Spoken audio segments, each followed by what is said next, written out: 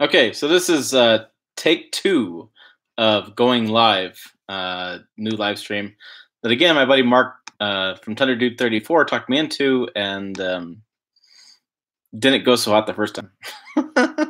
I don't know. People are watching though. I had like 14 views or 16. Need to update that page. Um, so yeah, so this is live. Things have changed last hour. I'll give you an update. It is now pouring down rain, which should be good. I gotta get up at 4. Actually, I gotta take a shower. God, I gotta take a shower at 4. I gotta interview somebody at like 10 o'clock in Utah. That's gonna suck. It's gonna be terrible. So yeah, it is raining and it's cold, and it should make for a good night of sleeping, I guess. I have switched to water. I have learned over the years as I've gotten older that the whiskey keeps me up at night if I decide to drink it too much. So, and that's a bad thing. So let me close that out of the way. I keep getting updates on my iPad. So I've switched to water, trying to keep that in control. I am charging my Hero 3 GoPro. Hoping to get some good video of the hydrogen fuel cell semi project portal I'll be riding in or driving or something. Not driving. I don't have CDL. Be riding in. So I'm hoping to get some good video of that and that GMC concept. How was that 1794? Oh, so Mark has been following me on Instagram. He's a stalker. Yes, he is.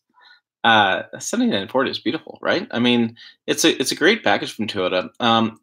I swear they've made some changes to it, and I have to look it up on the press room. There's a Toyota press site. You look up changes, stuff like that. But I swear that the seats are different. I don't know. They're just the bolsters are like a nice suede leather, and the inside seat. Yeah, I'm saying it right. Bolsters are the sides of the seat. The bolsters are nice suede leather, and then the seat itself is like a harder leather, more of a smooth leather. And I swear they made that change. I don't recall that being that way. And it just, I remember I remember the leather on the above the glove box. That's the same. The doors are the same, but they made some changes. I will say that I was a little upset with Toyota USA. There's no side rails on this truck, no step rails. So all 5'7" of me had to grab the steering wheel and go every single time when I hop into it. That was a little annoying. And my son, who is 6, could not get into the truck. No. It was a full-on butt push in the truck each time. No way I was getting in. My 8-year-old took it as a challenge. Yeah, he was all about getting in the truck, and he had to crawl in and like threw his backpack up and like hopped in with a running hop and like dove for it, took his stomach out. Yeah, he had a good time with that. I still don't like it how they got rid of the driver's side grab handle. That's some BS. I know they're trying to follow the crowd, but Ford went back to the driver's side handle because people. Here's the deal, and I told chief engineer this, Mike Swears. I was like, you teach us for years,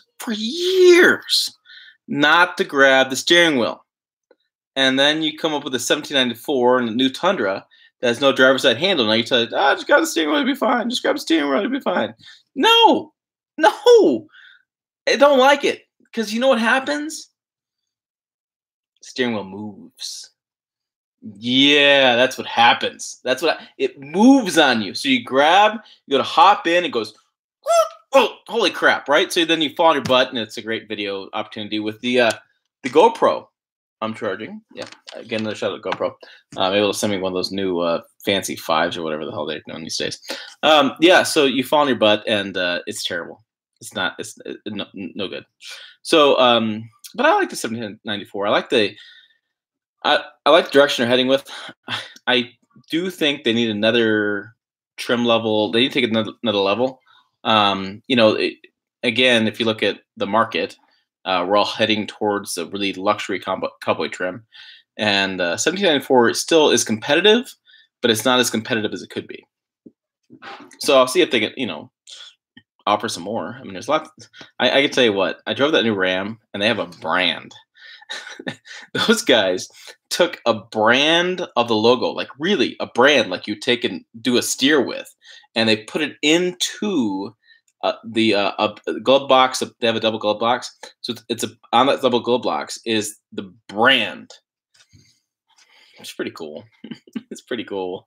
I really enjoyed looking at that. It was a good. It's like that's the game these days. Things are changing so fast. So hey Toyota, stop updating the Camry. Stop. Update your trucks instead. And so, all right. So I should launch in a side note here. I think that Mark would find interesting because let's see, 2 people on. So 1 of 2 is going to be Mark. Chief Engineer Mike Swears is actually now Chief Engineer of 4Runner, Sequoia, Tundra, Tacoma, FJ. Yeah, actually, Toyota sells the FJ worldwide, and I think he's still the Chief Engineer for that as well. Basically, anything body on frame that's sold in the U.S. He's not the Hilux. The Hilux is a separate guy, as I recall. I have to double check my facts on that one. But so he's actually in Japan on a 3-year stint. And the reason he's there is to educate the Japanese executives on why they even sell pickups in the U.S. So he's there every day making the business case to keep selling the Tundra. Yeah. So expect no big updates. Yeah. It's fascinating to me that he's there telling them all the time how to keep building the truck and how to keep making it better. And they have like no interest in building a truck at all. And it makes sense, right? So if you look at Toyota, they're a really global company, right? So the sales are like this much, right? So if you look at the numbers, they're 1, 2, 3 of the major automakers in the world, right? So this is how much they sell. Well, the Tundra is like that much out of all these sales. And so they're not number 1 in the full-size pickup market in North America.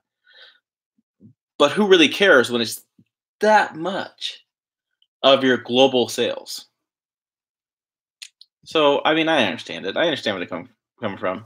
I still think I still think if they wanted to grow that market, they could have. I think if Toyota wanted to be number 1 in the full-size pickup sales in the U.S., they have the resources.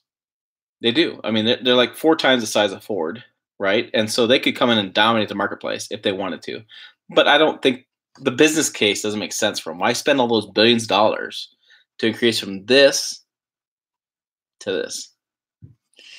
I do feel bad for Mike Swears too.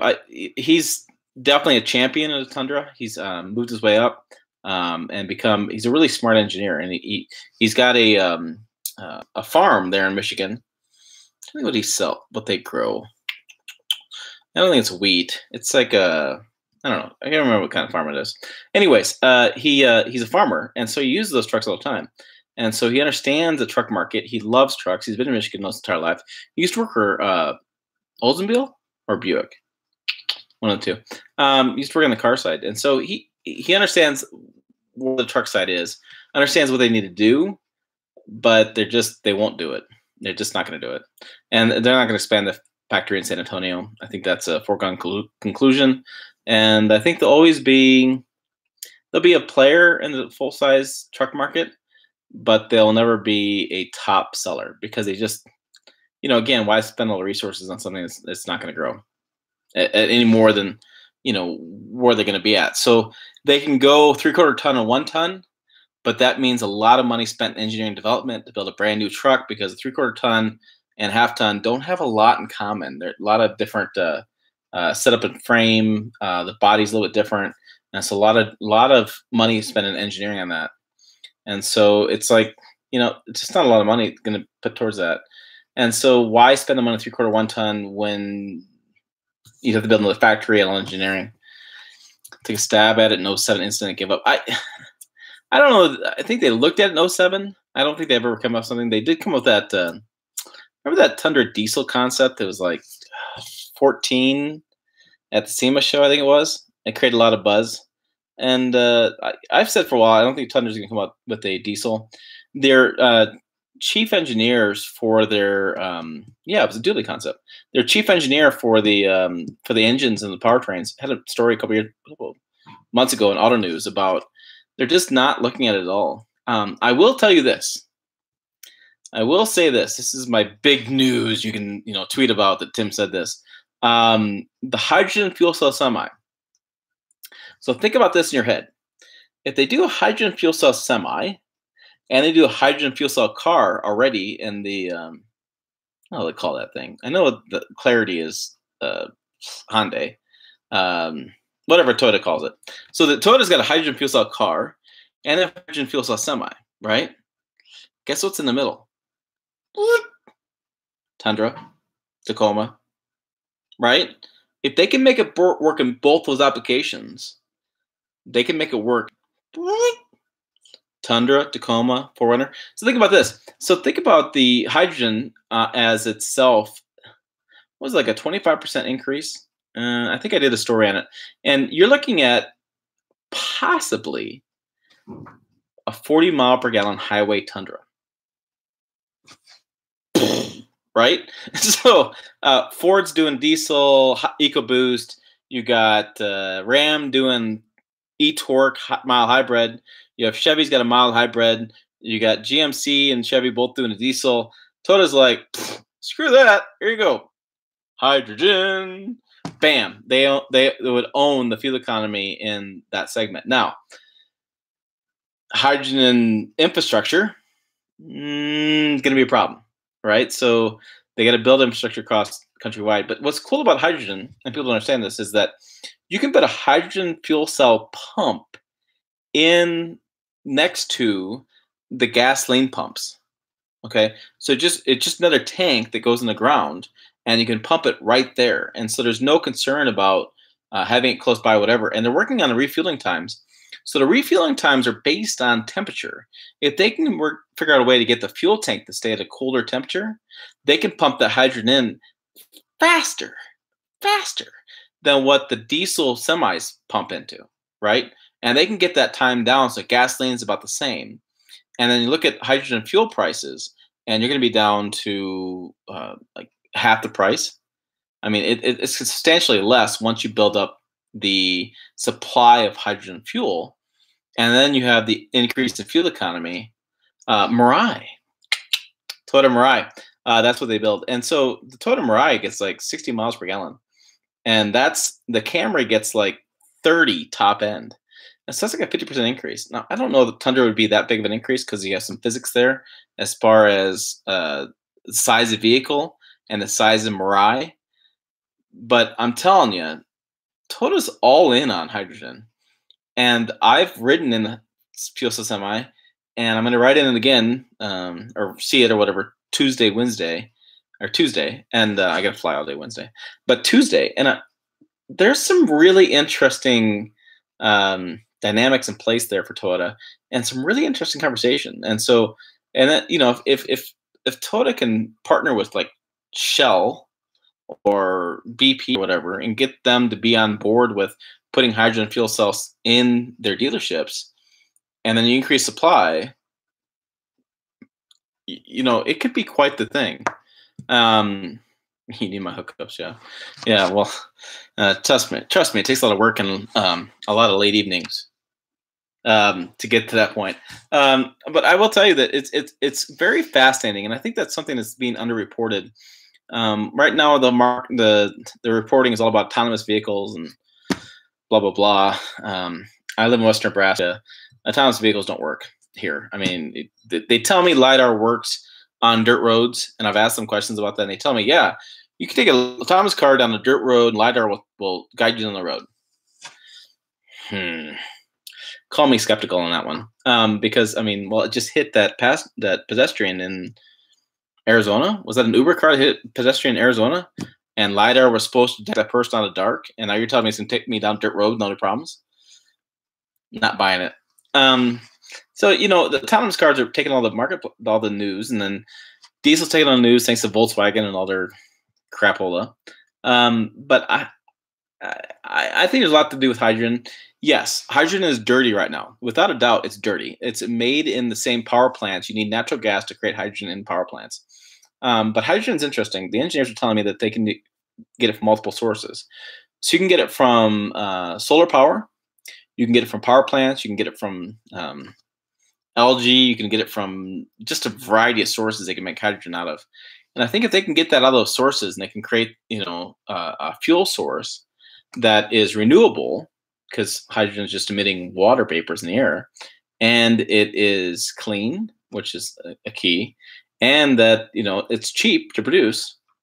It's a big game changer. And so I think once Toyota can prove it happens, I see Shell, BP, Exxon getting on board with it because they don't want to be last, right? They don't want to be the marketplace last and to go, oh, product came out, we don't know what we're going to do with it, and all of a sudden here it is.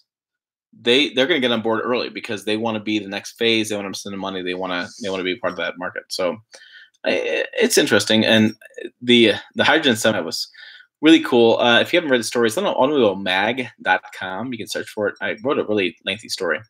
Yeah, gasoline lobbyists will be in trouble on that one. Lengthy story on it. The Mirai makes no noise. so you turn it over and it backs up, like we put it in reverse. All I could hear was a beep, beep, beep of the backing up. Then once you put it in gear and you drove, it was like an electric golf cart. It just took off. And Toto was telling me that they actually took a Kenworth. They took two Mirais and combined them together and put them in the Kenworth. But they didn't tell Kenworth about it at all. It was kind of hush hush. Day before, the press release, they sent like an email to Kenworth and said, "Oh, by the way, we created a hydrogen fuel cell semi out of your truck."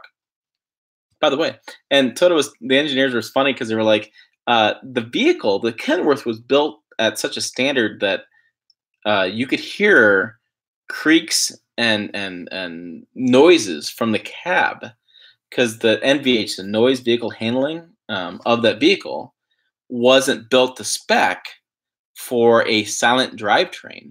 They built it to spec for a diesel power drivetrain, and diesel's very, very noisy. And so they were like, they thought something wrong with the Mirais because all this noise was happening inside the cabin. They figured out that the damn Kenworth wasn't built that well. So they're like, oh, duh.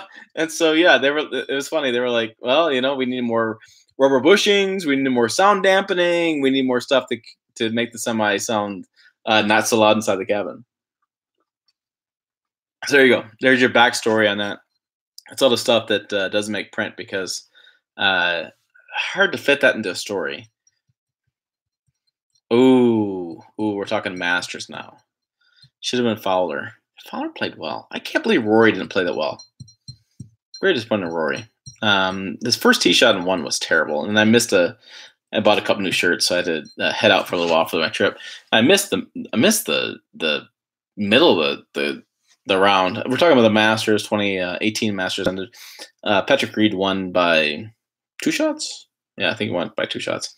I don't know about you, but the stories I hear about Patrick Reed lead me not to believe he's a great guy. Maybe he is. But the media out there right now does not seem like he's a great guy. And I'm a little disappointed that he won because I really want to see Rory win, McIlroy won, or Rory McIlroy, but Fowler win would have been better. Yeah. And I'm still working. So last year I was at the Masters with Lexus, and it was a really cool time. I'm still working on Lexus to do some more like that. That'd be great. It's interesting. They have partnerships with these golf courses and these tournaments, but they don't always get tickets. Yeah, Tiger. I think Tiger. I don't know about Tiger. I don't know. I play a lot of golf too, and for the guy that's had 4 back surgeries, still swinging 140 miles an hour, it's impressive. But the pressure is getting to him. He definitely wants to win the Masters and other major tournaments, and he's putting a lot of pressure on himself. So yeah. All right, hey, that's another 20 minutes of live stream. We should end this with 3 people. 3 people, and hey, we had no spammers this time. That's impressive. Oh, Thundra, I think. Yes, that's how you say that. Is new to the party. He's late to the party. We had a thumbs up. Thundra, maybe get thumbs up. Yeah, so we have a growing horde of people that want to know what's going on. I wonder if Thundra would be interested in what's going on this week. What do you think, Mark? Do you think I should fill him in? See if Mark comments.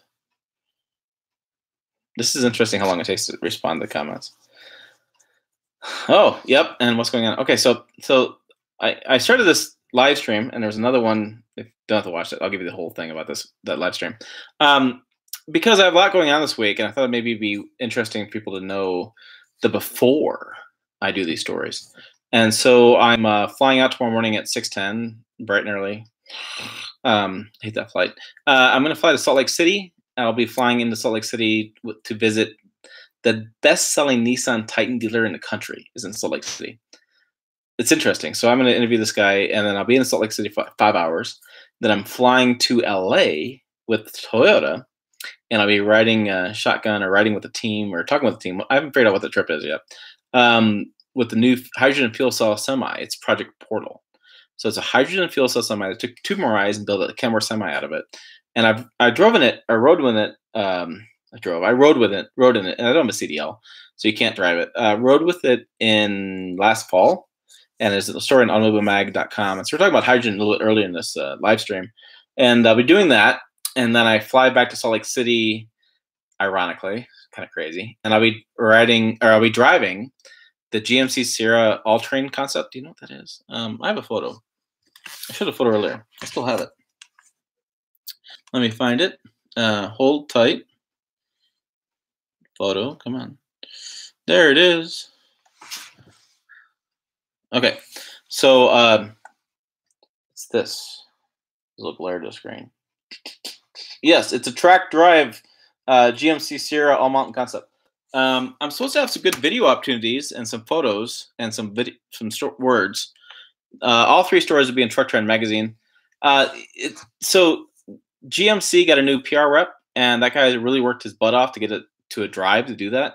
And I guess he had to fight with legal quite a bit, which makes sense. Most companies have to fight with legal quite a bit to get these events to go. And legal finally said yes, but he's concerned about snow on the mountaintops there in Salt Lake City. Apparently, it's going to be a good spring. Well, it's supposed to be 77 here, and I am, I think I'm probably 600 miles from Salt Lake City. I would have to Google it, but I'm kind of guess. So I'm not that far away. So I'm sure the snow's melting fast. So I'm going to fly back, and I'm going to drive that, or I guess the word would be steer it. It's going to turn pretty well. So it's going to be an interesting time doing that. And then I fly back, long way to do the podcast on Friday. And then I'm home for a week. I'll work on my Project Chevy trucks I'm working on right now. And then I'll be gone next Monday and Tuesday to Denver. I'm driving my 62 truck I call Swede down there. And I'll be driving the Ford diesel, the Ford F-150 diesel. It's a 3-liter diesel. I think it's got I said 10-speed early in the live stream. I don't think that's right. I think it's got like a 6 or an 8. Because of the diesel, you have so much torque off the line. I don't think you need those 2 gears. I don't think that's possible. I think you need less gears. Living the dream, yeah. So you guys are like living the dream, and I'm thinking, man, I'm trying to get airline status. Like that's my entire goal. Put my ass in first class. That's what I'm trying to get to. Because flying sucks. It's a lot of sit around, wait, go through security. And I'm taking 5 flights this next trip, which is just going to be like, yeah. So I've taken 5. Yeah, I think the diesel does have an 8-speed. It's not 10, because you don't need those additional gears with it. The diesel fuel burns so much slower that you have more torque on the lower end, so you don't need additional gears. It's 8 or 6, one of those two. Somebody's got a 6. Maybe it's Ram has a 6 in the Eco Diesel, or maybe Chevy's got it in their new Baby Duramax. Everybody's doing diesels these days. Raptor does have 10-speed. You know what's cool about the Raptor Thundra? I drove that at the launch in Borrego Springs. You can't access all 10 speeds unless you press the Baja mode. So the Baja mode, in Baja mode, you can't access 10 speeds. So Baja mode only gets 6 speeds. Then you get the additional 4 in everyday driving, because the Baja mode is trying to get quicker torque off the line. And so the engineers, they made the computer program give you those early gears. So you can hit the gas and hit the EcoBoost, get those turbos spinning, and you can fly. You only get 6 speeds. I did 100 and lot mile per hour in the desert there in San Diego, and I've driven 140 miles an hour on a track in a sports car. I'm telling you, drive 100 and something off in the desert, and it feels like 200 miles an hour. Those guys are crazy. Those guys who do the Baja drives. That is insane. That to me is better in F1 and Formula, whatever that those guys want to watch, because there's so many obstacles and so many bounces and things get in your way. It's crazy.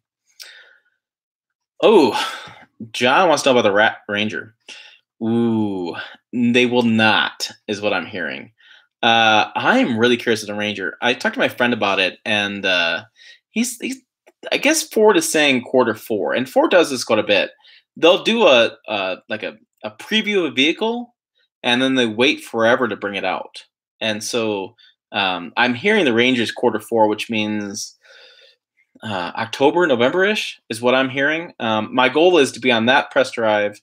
I'll be on the Silverado press drive, the Sierra press drive, and Ram's supposed to have a couple more e-torque of their mild hybrid drives. I'm planning on being on those drives too. And so, because I'm really curious, and I'll share some thoughts on a Ranger. I wrote some, I think I wrote some stuff up on it. Maybe I did, maybe I didn't. I'm kind of disappointed. So the Ranger used to be a really good fleet vehicle for them, and when they pulled out, they thought the F-150 was going to be the new fleet vehicle, and all of a sudden Tacoma actually became a fleet vehicle because it's a size thing. That's the thing that Ford didn't understand. It's not about a price thing, not about mile per hour thing, mile per gallon. It's a size. Like, I'm 5'7". I love my '62 Chevy C10. I can get right into bed. You give me a Ram 1500, give me a damn stepladder. I can't get in. The Hunter I just had, the 1794, I was just sharing earlier, I had a problem getting into the truck. And so the Ranger's that perfect size. But the Ranger's going to have one powertrain. It's going to have an 2-liter, 3-liter EcoBoost. It's going to have a small engine, no unnatural aspirated V6, no base level fleet. They are going to do an off-road package in it, which should be cool. I mean, Ford's good at that with the Ranger, a Raptor. And so, yeah, it's going to be interesting how that works, how that Ranger comes out, and how they get in the marketplace. I think fleet buyers are going to be really upset with it because it's not going to be the fleet truck it used to be. So it's going to be interesting. Have you experienced the Mustang GT Premium? Okay. So again, I'm drinking water. I was drinking earlier, but I gotta whiskey keeps me out at night, so I gotta make sure I keep it down. I drove the Mustang Premium and the GT Premium, whatever the hell. I was in an event a year and a half ago. Yes, a year and a half ago, with Rocky Mountain Automotive Press, and he brought the sickest Mustang he could build. Stick shift, was it the 5-liter? I think it was. I don't know. It was crazy. And so what happens at those events is we're gonna do drive and follow to a spot, and you switch cars. And so you get these. Beginning of the day, you get a little slip of paper that says what car you're gonna be in. And you drive that down. You get there and you switch cars as you go down. So we make 3 switches to Devil's Thumb, Colorado, and then Devil's Thumb you can drive the cars around Devil's Thumb. Next day you drive them back. And so the first day I went down, I got the Mustang, and I'm not a Mustang guy. I rented a Mustang and never rent a Mustang. Never rent a car expecting that's what the car is going to be, because that's just terrible. So I drove the Mustang, and I'm there with the rep, and he's from West California, West Coast, and I'm driving along, and it's pretty sick, right? It's pretty crazy. It's fully loaded, all the bells and whistles. It's got the racing package. I mean, I forget, he was like listing off things, and he like literally was a boy in a store, like picking out everything he wanted, all the candies he wanted, to just put them on the sales thing. And I was driving slow to him. Apparently, he got mad at me because I wasn't driving very fast. And I looked at him and I said, "Dude, it's my ticket." right? I drive much faster. It's my ticket. I got to pay for the ticket. You're not covering the ticket. He's like, "No, we're not covering the ticket." I said, "Here's all these really expensive cars going in the middle of Devil's Thumb, Colorado. If you haven't been to Devil's Thumb, Tabernash is next to it. It's a little podunk mountain town in the middle of nowhere. And what's funny about it, the year we were there was there was a shooting in Tabernash, and the state patrol was there, like I don't know, bumblebees to a flower. I mean, it was just crazy. Now, every time we went to town, there was 10, 15 sheriff, deputies, state patrol, and I'm like, buddy, dude, I am not driving this thing fast. If you wanted that Mustang to be, something that was really impressive, like I would have been on the track. Something divas. All right, you can get banned. I don't want any political talk. It was especially since he's Trump equals Jesus. Yeah, tell that the adult film star he is selling lawsuit with. All right. Anyways, sorry, I had to mute that guy. um, so yeah, I won't. I didn't drive it that fast, and he was really upset with me, and I'm okay with that because I didn't pay a ticket. Hans Holtz. He says, yeah. The spam. So this is. I don't think it. I don't understand how you be a troll on a live stream. I don't understand that. Like, I have lots of haters in my business world. I just do. I think the bigger you get in this business, the more haters you attract, and it's just basically jealousy is what it turns out to be. But why would you spam a live stream? Like, oh, I'm gonna click on a link and look at free porn. Yeah, no, I'm not interested in that at all. Yeah, that doesn't make any sense. So, Hans Holtz, bye. I'm not talking politics. I'm not getting interested in politics. Yeah, I've developed a bit of reputation, and my reputation doesn't precede me at certain points. I've been at different events. People immediately pick up my name because of different things that have happened over the years. I should say, yeah. I don't back down from bullies. I welcome hate mail, and sometimes I guess it creates a problem, but I don't care. I just don't care. I'm doing everything I can to make a dollar, and I'm trying to grow my channel and my outlets and my social media and all the crap I got to do these days. And I'm just not interested in haters. Sit at your keyboard, hide in your mom's basement. Let me know how you're going. I really don't have interest in that. So yeah. So there you go.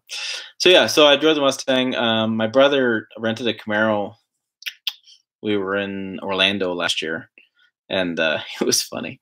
He had a little bit of drink one night, and he let me drive because he should not have driven. And so it was good that I drove, but it was a V6 Camaro, and I've had some experience on a track, so I know enough to know that I know my limits in sports cars, and I know enough to know that I'm not as good as most uh, track guys are. I don't have that talent. I can't make a that quick of a decision in seconds.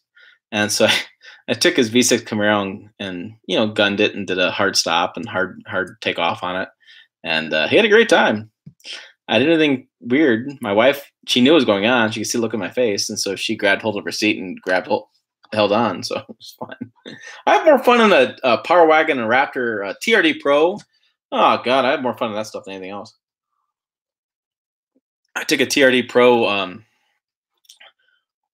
We went up to South Dakota. Went up to Mount Rushmore. So, fun fact: Mount Rushmore is 3 hours north, and Denver's 3.5 hours southwest.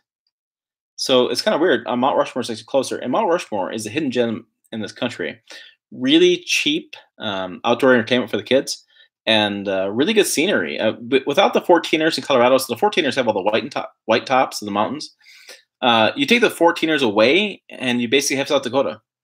It's kind of what you got, and a lot cheaper. And so we were out in the back roads driving the TRD Pro around, and I was fishtailing a little bit on dirt roads and making some good video and good photography. I think it was Thunder Headquarters over before. And this guy drove this poor guy. He drove a Silverado, which is a great truck. No problem there. But it was the wrong truck. It was an LT. It was a 2-wheel drive. I mean, and I look at this guy, regular cab, 2-wheel drive. I'm thinking, you get buried in the winter up here, right? Because I get considerable amount of snow in Nebraska. South Dakota, about Mount Rushmore, you gotta get buried in those back roads. That's my thinking, right? And so I'm driving a Tundra TRD Pro round, and it's it's got the lift on it, and it's got the exhaust and that kind of stuff. And I'm just going right around him. His eyeballs like, what is that? What's going on?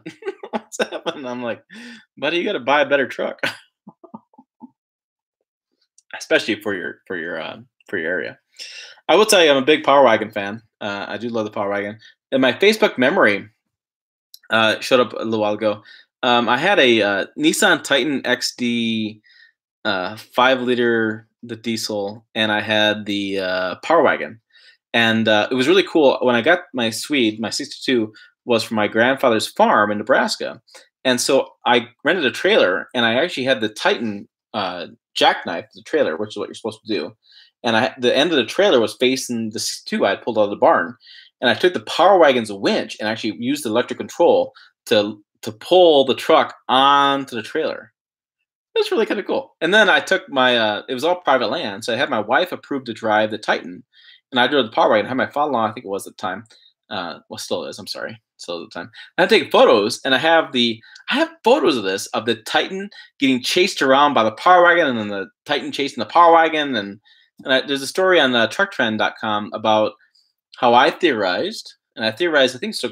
I still like it. My theory, still kind of correct, is that the Nissan Titan XD with a 5 liter diesel Cummins could be a Power Wagon competitor with an ARB bumper on the front with a winch.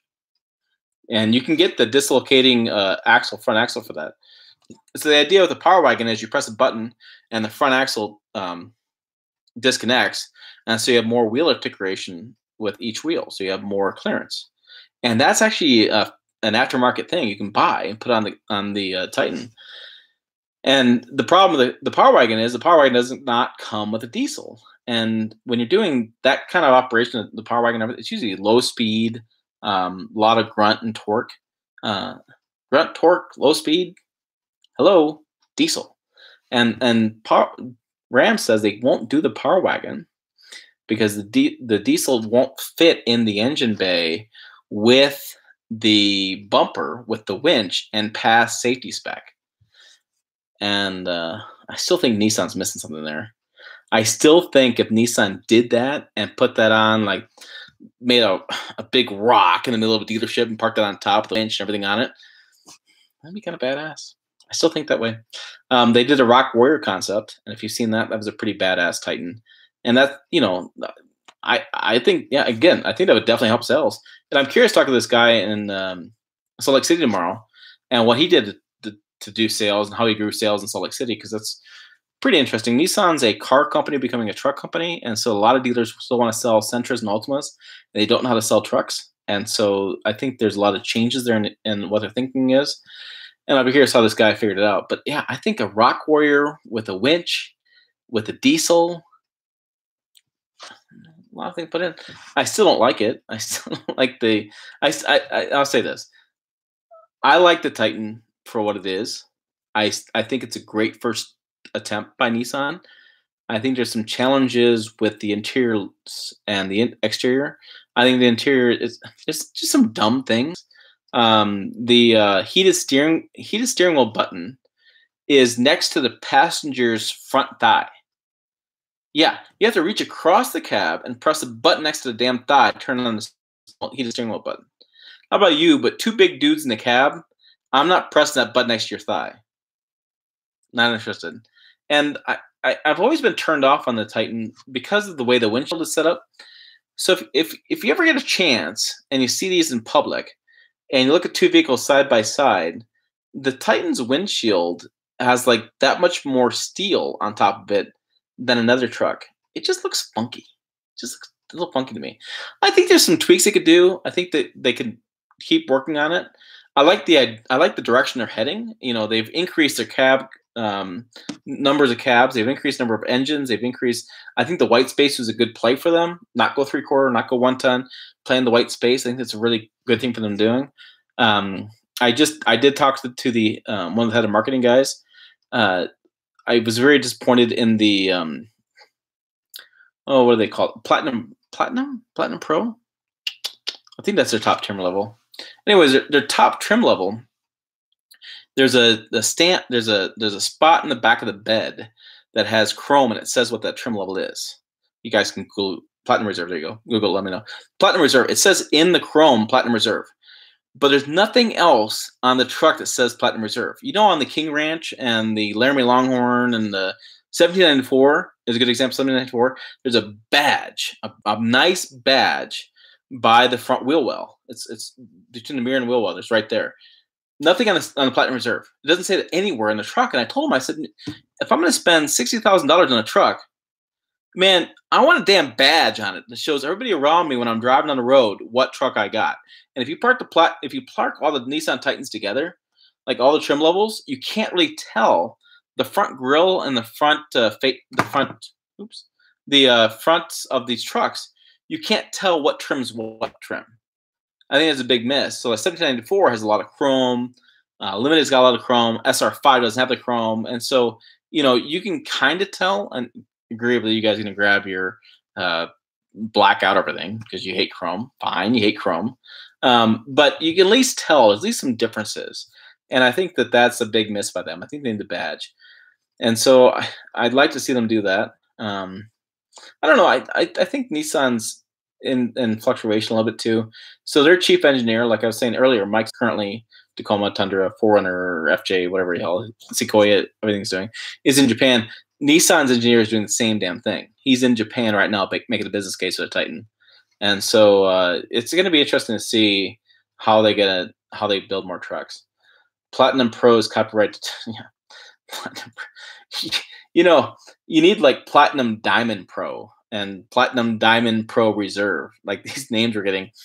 Do you guys remember the Ram had it. It was like the Ram Limited or something. They came out with a couple years in Chicago. I was sitting in the audience, and Reed Bigland. I'm drinking water. Reed Bigland was sitting in giving the presentation, and it was the Larry Limited, I think that's what they called it, Larry Limited. And Reed's a big guy. It makes me look tiny, and he's reading off a list of features on this Ram truck, and it's just blueberry carpet and like Chanel bag finish and just all this kind of stuff. And I went to Reed and I said, man, I don't know if I was reading like a Chanel like purse bag advertisement or a truck advertisement. He says, because it was crazy. It's like all this like extremely nice finishes and stuff that don't make sense in a truck, and yeah. So I said for a while, I've said a little bit on this, is that when the GMC Sierra came out in February, I said to GMC, I don't know if I said, I said to myself, maybe I said, I have voices in my head, it's fine, that the Denali, they did not do enough with the Denali trim.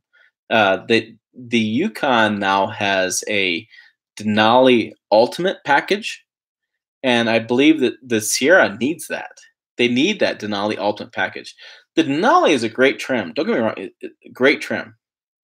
But the market is going past it now. Now you need to bring that next trim up there. And same thing in 1794 I just had. Great trim. Great trim. It tops out at 54. I had mine 54, 55,000 was the top trim of what I had. And if you watch the videos on this YouTube channel, there's a video that talks about the average transaction price of pickups. And I talked with Edmonds, who pulled some sales data. And the average transaction price of a Ford F-150, or excuse me, not average. If you look at the high end, the max transaction price, the max transaction price of a Ford F-150 was $70,000. Now that is a Raptor. That's a limited F-150, and so yeah, it's a top tier trim, but that's where the market's at. And so I think 1794 needs to go 1794 times 2, right, and go to that next trim. So yeah, there you go. Here's a bunch of thoughts. All right, here. So I've done 45 minutes in this live stream. I did 20 minutes of the other one. There's an hour of my thoughts before I fly out tomorrow. I'm going to go pack some bags. It's almost 7 o'clock my time. And I'm old, man. I'm going to get tired a little bit. So any other questions? We'll do 5. This reminds me. Check it out tomorrow. I'll have some time to do it tonight. Top 5 rednecks, pickup trucks, and SUVs coming out tomorrow's video. I got a great one for you. Number 1, you're going to just bug out over. And there you go. I'm going to bug you out over it. There's your teaser. All right. All right, guys. That's it. Please share, subscribe. I'm trying to make some money at the damn thing. I need 1,000 subscribers to make some money again. So hit your buddies up and your buddy's buddy and your buddy's buddies. Buddies. And I'll be back next Sunday. We'll talk about what happened to your trip and how it went and if I missed any flights. I hope not. Hope we didn't. All right. See you later. Bye.